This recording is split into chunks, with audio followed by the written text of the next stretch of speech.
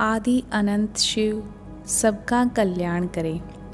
सूत जी शिव महापुराण की महिमा का वर्णन कर रहे हैं। ऐसे में शौनक जी ने पूछा है, महाज्ञानी सूत जी, आप संपूर्ण सिद्धांतों के ज्ञाता हैं, कृपा कर मुझसे पुराणों का सार का वर्णन करें।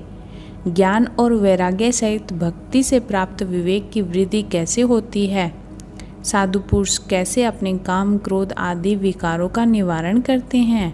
और इस कलयुग में जीव आसुरी स्वभाव के हो गए हैं। कृपा कर मुझे ऐसा साधन बताइए जो कल्याणकारी और मंगलकारी हो और पवित्र भी हो।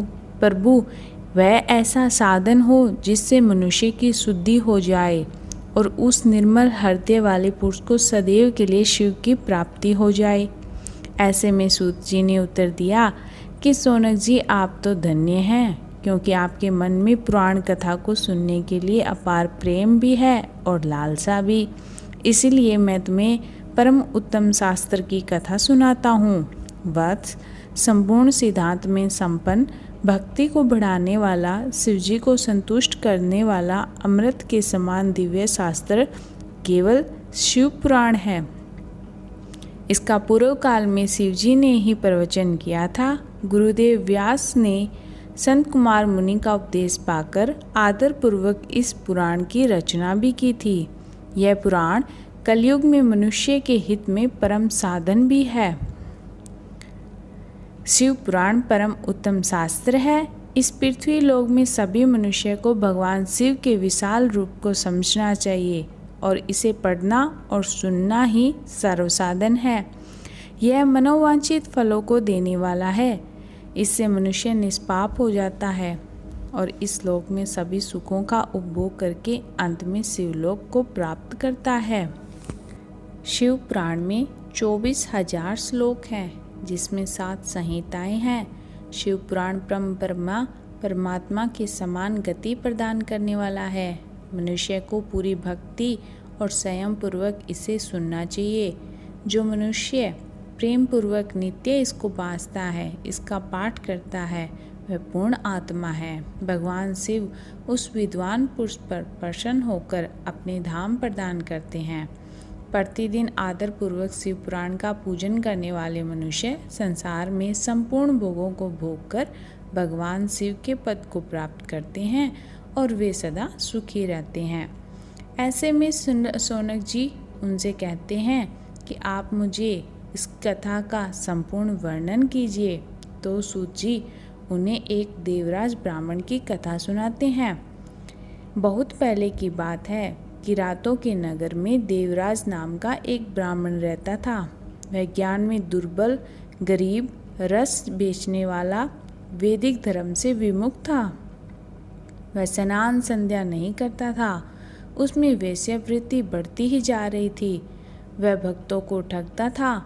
उसने अनेक मनुष्य को मारकर उन सबका धन हड़प भी लिया था।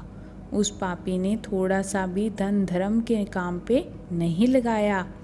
वह वैश्यगामी था और आचार से भ्रष्ट था। एक दिन वह घूमता हुआ देवयोग से प्रतिष्ठापुर जा पहुंचा। वहाँ उसने एक शिवालय देखा जहाँ बहुत से साधु महात्मा इकट्ठे हुए थे। देवराज वहीं ठहर गया और वहाँ रात में उसे ज्वर आया और बड़ी पीड़ा होने लगी। वहीं एक ब्राह्मण देवता शिव पुराण की कथा सुना रहे थे। ज्वर में पड़ा देवराज भी ब्राह्मण के मुख से शिव कथा को निरंतर सुनता रहा।